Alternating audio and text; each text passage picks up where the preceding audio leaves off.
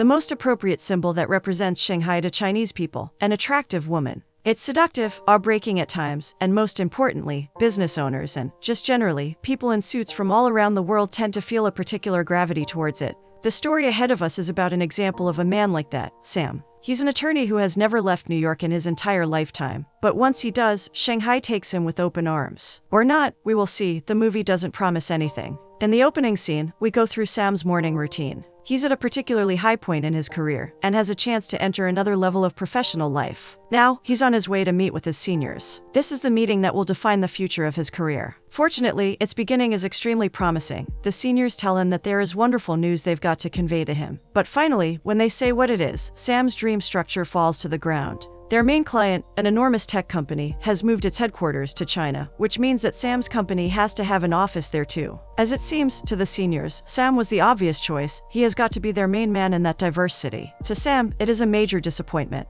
He was looking forward to becoming a partner, but since the project is only going to take 3 months, and, furthermore, since it will definitely skyrocket his authority, he agrees to go. He arrives in Shanghai in the next scene. With a tired, uninterested face, he looks through the faces of Chinese men, and finally sees a beautiful woman holding a sign with his name. She's Amanda Wilson, a relocation specialist, and she's here to help him out in the difficult process of acclimatizing to this completely different culture. First of all, she wants him to meet a person named Donald. He's sort of the mayor of the American town of Shanghai. As stereotypical as it is, Donald is opening a new restaurant today, named Jimmy's Fried Chicken. He shakes Sam's hand as a true president of the American community, and expresses his will to be the person who's going to introduce Sam to the most influential people in Shanghai. Sam's apartment turns out to be extremely exquisite. In truth, he's surprised at how great it is.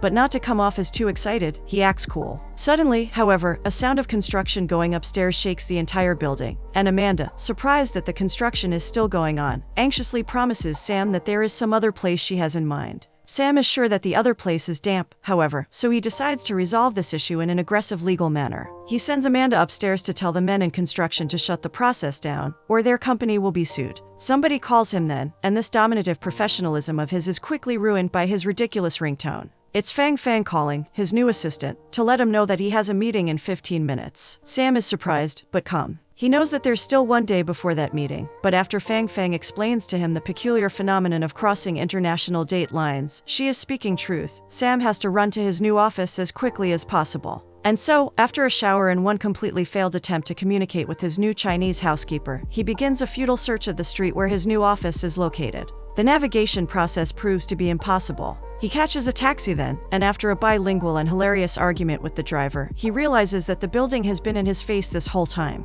When Sam comes out of the elevator, Fang tells him that his client, Marcus Groff, is already waiting for him. Last time Sam spoke with him, the latter was the most stereotypical American from Texas, but the man he sees in front of him now is the complete opposite of that. He seems to have been swallowed whole by the new culture. Therefore, in order for Sam to make a good impression, he must somehow pretend that he knows a lot about and treasures his own culture greatly. He fails at that completely. He manages to win his heart with another method, however. After Marcus shows him his newest product, a new kind of smartphone invented by a creative Chinese genius, Sam promises to let him purchase that item for a fraction of its price. He introduces an advanced tactic that an inventor who's not experienced in contracts can overlook. Consequently, the creative genius will sell his product to Marcus cheaply, and the latter will get a chance to manufacture it and get millions out of it without risking anything of his own. Fang thinks it is a terrible idea, but despite giving Sam various signs, the latter doesn't listen to her. The agreement is set, and Marcus ends up being extremely satisfied with the meeting. Sam goes to Fang and tells her sternly never to doubt him in front of his biggest client.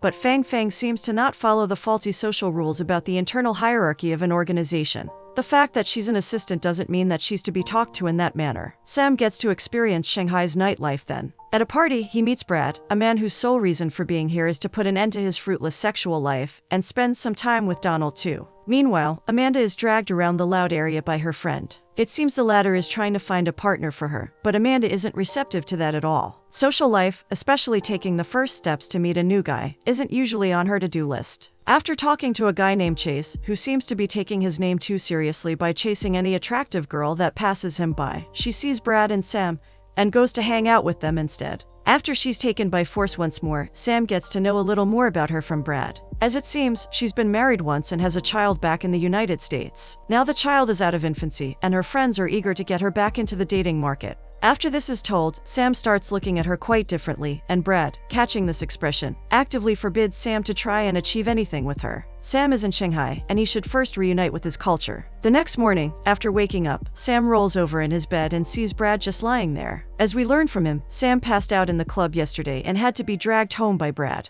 That morning, for the first time, Sam tries out real Chinese food, and soon realizes that he's in very big trouble. Infuriated, Marcus calls him and tells him that the inventor of the phone signed another license contract with another manufacturer. Sam plays it cool at first, saying that he cannot do that, according to the contract he gave him to sign. And that contract is ironclad and spotless, but these mere words aren't enough to convince Marcus. The other manufacturer has already started to sell the smartphone, and it is all Sam's fault. The phones are everywhere, and they are sure to become a major hit. The initial solution he comes up with must have some flaws, but he has to start somewhere. He enters the first store he can find where the phones are sold, and buys all of them. Then he gives his corporate card to Brad, and gives him the task of buying as many of those smartphones as possible. Back at the office, his seniors are infuriated. Enraged, they warn him that if this problem isn't fixed, not only will he be fired, but with all their power, they will make sure to ruin Sam's entire future career as well. To lighten the tone, we are taken to Donald's bar. When Sam gets there to let off some steam, he finds Donald having a political argument with his opponent in the presidency. He seems to already know about Sam's problem.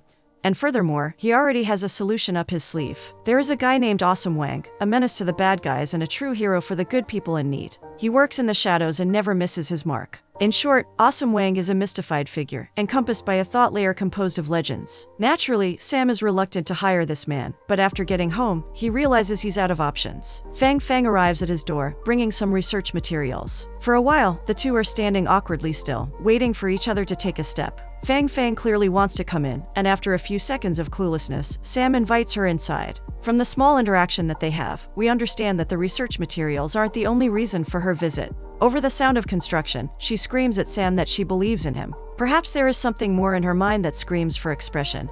But after letting those words out, Fang hurriedly leaves the apartment, leaving Sam a little confused. The construction becomes too much, and he decides to go to the other crappier apartment instead, where he can think without being disturbed. First, he has to pick Amanda up, though. The latter seems to be having some problems with her daughter. Managing her personal life alongside the professional one seems to be difficult for her. Once Sam arrives, she introduces her daughter Katie to him. The girl only speaks Chinese, even though she's bilingual, and Amanda seems to be completely clueless as to why. Sam decides to solve the problem then. He negotiates with Katie, promising to tell her a great secret. In exchange, Katie will have to tell him what the shovel she's holding is for. He thinks that in the case of his success, he will be left with a witty and cute success, but his sight is frozen after hearing Katie speak in English. She says that the shovel is for digging a hole in America. The kid seems to be craving home. Throughout the next few hours, Amanda is restless. She wants to know about the secret he told Katie, but Sam seems to be completely swallowed up by work. Surprisingly, after sharing that he's facing a career-ending crisis at work, Amanda too advises him to call Awesome Wang. The two have lunch then. People at the restaurant always address him because of his looks, and he realizes he will have to learn at least some Chinese to get by. Over the table, he and Amanda have a small, amusing argument about the nature of his visit. Amanda is sure that American organizations send guys like him to China to profit from it, but Sam is eager to provide as much evidence as possible to prove that he is in fact here to help China manufacture its own product. The sole reason he's here is entirely devoid of egocentrism. He even invites Amanda over to his office to show her his workday. She'll be able to conclude what his motivations are. Our perspective is then shortly transferred to Fang. The theme of her routine life is quite blue. That evening, she encounters a messy situation after work. She resides with her parents and her grandmother, but that evening, one other person is there to have dinner around the table. It's a man from the office named Wang. He's been going after Fang's heart for quite some time now, but the latter has always been successful in avoiding him. By the time Fang arrives, he has already won the hearts of her family members, so it is especially difficult for Fang to make him leave. Still, however, she manages to send strong enough signs, and Guang leaves with a great deal of commotion. The next morning, Sam has a meeting with Marcus and his opponent, Mr. Lin, the head of the manufacturing company that seized the product that, by right, should have been Marcus's. As promised, Amanda arrives to attend it too, and for a moment, she and Fang are in one room with Sam. Amanda doesn't seem to mind, but Fang Fang quietly scolds Sam for bringing a stranger in for a professional meeting of this magnitude. Mr. Lin comes in with a foreign lawyer too, but Sam seems to be especially strong in his arguments today. He knows that the law is on his side in this, and he confidently forces the opposing side to a corner, from which they can do nothing more but agree to seize the manufacturing process. The inventor of the product has clearly made a mistake by signing a license contract with two manufacturers, but fortunately for Sam, they were the first to get his signature, therefore only they have a legal right to produce the invention. After the meeting, he's waiting for applause from Amanda. At the very least, he hopes to be recognized as a man holding up the law, but the woman in front of him seems to be thinking the complete opposite. There is only one thing Amanda learned from today, and that is that Sam is the kind of man who exists for his own good, but somehow has himself convinced otherwise. After she leaves the office, he encounters an extremely peculiar picture. He sees a commercial on TV where the man who just presented himself as Mr. Lin's attorney is playing a simple actor. This latter passes him by in real time then too. He looks at Sam, then at the commercial, and realizing he's been decoded, runs out of the building. The chase takes quite some time, and fortunately for Sam, it ends up being successful. Anxiously, he grabs the man aggressively and demands to know who he is. There is clearly something extremely fishy going on. The man admits it then. He's an actor, and the meeting they just had was entirely fake. Mr. Lin only wanted to lay them on his back. The man then manages to smartly get away, and he leaves Sam alone with his own hopeless thoughts. In the next scene, he's strolling the wide streets of Shanghai alone when he runs into Amanda. She's dressed in a gorgeous red dress and is looking particularly attractive. As she admits, she's going on a blind date. For some reason, this is the moment when Sam decides to tell her about the secret he told Katie that day. As it seems, he told her that the only Chinese word he knows is fang pai, meaning fart.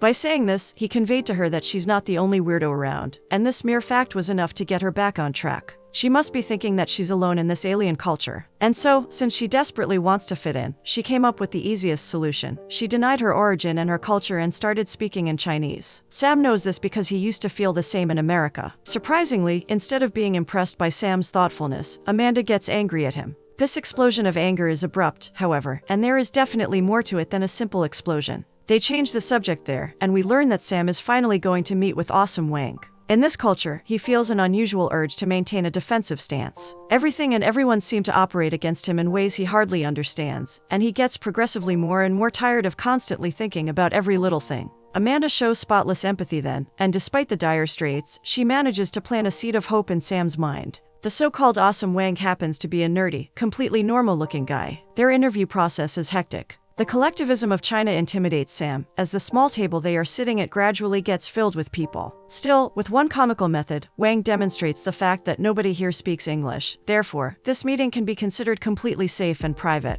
Awesome Wang turns out to possess both high intellect and self-confidence. After listening to Sam's story, he spends some time on his phone. Sam is naturally expecting him to be working on the matter at hand, but in the end, after Wang calls his daughter, and then shows Sam her picture, the lawyer realizes it was a terrible idea to meet with him. He stands up, bids him farewell, and takes a few steps towards the exit. Before he goes through the door, however, Wang's phone buzzes once more, and he tells Sam that he found the actor. The trail, as Wang has said, leads to an enormous karaoke place. Sam is sure that it will be impossible to find one man inside an area of this magnitude. But thanks to Wang's smart methods, they manage to catch a glimpse of him in one room. Sam confronts him immediately. Confident that Wang has his back, he introduces him as a reporter working for him. But the latter's attention is quick to shift to someone other than Fang Fang. She comes through the door, dressed as a waitress. She seems to know Wang, and she anxiously asks him to come up with some explanation as to why she's here. In the end, neither Sam nor we get to know the truth, but thanks to Wang's ability to intimidate his foe, they acquire the address of Mr. Lin. It is only afterwards that Sam questions Fang Fang about this second job of hers, and after quite rigorous questioning, he manages to get her secret. As it seems, waitressing isn't her second job, it's her first job. After getting the office job, she finally thought she could be free from it. But to get an office job, you need to appear wealthy, and that means extra money. In the end, Fang Fang needs to work as a waitress only to maintain her position at Sam's organization. Fang Fang manages to be vulnerable in this moment. She shares a very intimate part of her life with Sam, and sadly, the latter has a very inappropriate reaction to this. He says that now he understands all the flirting coming from Fang Fang's side. He comes across as rude and inconsiderate in this moment. There is no wonder why Fang Fang decides to leave the conversation. But not until she makes sure that Sam understands a very simple thing. Her intention was never to flirt with him. Family is her main priority, and to provide for her parents, she needs to succeed at her job. Returning home, Sam runs into Amanda once more, but this time in an entirely different manner. She's tramping across the street, trying to get away from a guy who seems to chase her. Sam is quick to react. He confronts this man honorably and makes him leave. Amanda opens up to him then. Even though nothing about her looks might suggest it, she's growing more and more desperate lately. People, including Sam, think of her as a person who's got it all together, but the truth is, she struggles with each step. She hopes for someone, a partner who's going to love her so much that he'll be willing to share her load. But all she ends up with after going on dates with men like this, they want nothing even remotely resembling responsibility. Sam's answer to this annoys her for a moment. He says that she must be a duck. After his elaboration, however, she cannot help but laugh. As it seems, his grandmother always used to tell Sam that ducks always appear to be in peace. They make their lives look easy, but it is enough to look up at them from under the surface of a lake, and you'll surely see how they paddle along heavily above vast, cold waters. This analogy so closely resembles Amanda's inner self that, after getting back to her feet, the two share a sudden kiss. No words are spoken afterwards, but Amanda walks away, leaving Sam lightheaded. Amanda speaks with her friend about the kiss that night, and naturally, the latter is extremely excited about the notion of Amanda being in a romantic relationship again. But there is a heavy truth Amanda won't overlook. Sam is here for only a certain period of time until he gets back to New York. There is no way their relationship would work. In the next scene, however, her perspective on this matter will change. Both Amanda and Sam attend an announcement ceremony for the newest elections for the presidency of Americatown. After a few seconds of anxious and struggling conversation, Amanda finally breaks the ice and asks him if his departure is decided. Of course, Sam can catch the unreliable meaning of her question. He looks into her eyes, and as people stand up for the newly elected president, the two stay in their seats as Sam says that he can see himself staying here for good. The elections turn out to be sensational. Donald loses. Outside, Amanda and Sam agree to go to the movies sometime soon, but their conversation is cut short as awesome Wang calls Sam's phone. He's getting back with bad news. The address that the actor gave them seems to be a decoy. It doesn't look like a place where a wealthy businessman would live. Unfortunately, he has no more tricks up his sleeve for now. To add to this trouble, in the next scene, just before a video conference with his seniors, Sam is told by Wang that Fang Fang quit. She was in love with him, and he broke her heart. The conference call turns out terribly too. Sam is told to come back to New York as soon as possible. The seniors want to discuss his future face to face. This means he will now have to choose between Amanda and his career. He arrives at Donald's bar in the next scene, where Brad, Donald, and Amanda are gathered, and announces grievingly that he's leaving for New York in a few hours. Amanda seems especially hurt by his decision. Privately, Sam tries to justify his departure, but Amanda's mind won't be changed. She's extremely disappointed. It is a shame that Sam's odyssey in Shanghai is about to end this way. He looks back at his adventures and suddenly finds himself feeling a wave of warmth flowing over his heart. This is a moment when he decides to take a mental break in a nearby cafe. There, one stranger captures his gloom and asks him what the reason is for such a dark expression. The man looks like the most stereotypical depiction of a Chinese monk, and for a while he acts like one too. After hearing some of Sam's trouble, he takes a coffee from his table, holds it close to his face, and starts a meaningful monologue. This coffee bean is away from its country, and it needed a lot of burning and boiling to become this new form of energy that is much more meaningful than its previous form. After observing this idea closely, Sam's skeptical attitude hasn't at all changed. He gets it, one has to go through a lot of trouble to experience positive change. But his life must be different. He's been both boiled and burned, but after this painful process, he's left with nothing. Suddenly, however, he gets an insight into what this man's idea truly means to him, and now he is eager to get back to Amanda. Sam is so excited that he openly expresses a will to give this monk a donation. But as the latter understands what Sam thinks of him, his mystical attitude fades away, and he stands up and reveals his entire self. He's just a normal guy who likes wearing robes and giving out advice. In the next scene, he decides to go through more trouble and overcome one last challenge, and he is ready to break all his bones in the meantime to change himself and become more than he currently is, since he knows that the prize he will get in return is Amanda. He goes to her window then, and the latter sees in his expressions and words that he truly means what he's saying. He needs to find Mr. Lin's address. This is the only way for him to spend some more time with her, and no one other than Amanda can help him out in that endeavor. Fortunately, Amanda says yes, and she manages to find the location of the factory where Lin makes his phones in a matter of minutes. And so, after an explosion of positive emotion, Sam gets to work. Donald tells him over the phone that the legal procedure necessary to shut down a factory of that magnitude takes a couple of weeks. Sam doesn't have that much time. Surprisingly enough, Wang has a cousin that can help them out, but he won't contact him until Sam does something first. Wang is still angry at him for hurting Fang Fang, so he demands that he pay her a visit first. We see Sam at Fang Fang's doorstep in the next scene. The family treats him like a king, already thinking of him as Fang Fang's future husband. The latter comes down then, wearing a face mask. Sam apologizes at first, and then asks her to go on a date with Wang. Naturally, Fang Fang has no intention of ever doing that, but soon she realizes just how desperate Sam really is. He says that he's willing to hire her back, even to help her with her law school entrance exams, but Fang Fang still maintains her silence. Wang himself comes in then, and despite her rigid reluctance, with a sweet speech, he manages to get a date. The mission of shutting down the factory is up and running now. All Sam needs at this point is a ride to the place. Fortunately for him, Brad appears in Donald's bar, bragging about his new ride, and the two, along with awesome Wang, begin their road trip together. They arrive at a huge factory in the next scene, and after meeting Mr. Lin, he orders him to shut the factory down immediately. At first, Lin tries to beg, hoping to find a weak spot in the professional attorney's heart, but the latter seems not to be touched by Lin's helplessness, and so the factory is closed, and finally, Sam's troubles have ended. Not so fast, though. He will have to outrun the workers of the factory before he can celebrate the victory. Upon getting back to the office, Sam meets Amanda first. Fang Fang comes in then with the information that Marcus is already here, waiting to have a talk with Sam. The latter explains everything to the client then, and Marcus acts extremely cool too, but then something happens that changes Sam's entire perspective. Awesome Wang comes out of the elevator with the inventor of the phone, and they show Sam the different, shady side of the story. As it turns out, Marcus is a terrible liar. He was told that the phone was already sold to another manufacturer when he tried to get the contract signed, and so he faked the inventor's signature. Everything becomes clear now. The only thing that can be used against Lin now is his attorney, but he hired an actor only because he couldn't afford a real lawyer. After realizing that there is no chance to win this case, Marcus says that together they will make a lot of money, and walks away. The seniors call, and all eyes are on Sam now. Amanda is waiting especially attentively to see what kind of decision Sam will make. He goes into the meeting with the sole intention of stopping his seniors from representing him, but the seniors continue manipulating Sam with the promise of a promotion. We see the phones shipped out of the company headquarters in the next scene, and we think for a moment that Sam made a terrible decision. But soon, we see Mr. Lin standing beside him. They shake hands, and as he leaves and Amanda takes his place, holding Sam's things, we understand that the latter has chosen to make an honorable decision and leave the firm. The process of becoming a coffee bean has finally been concluded.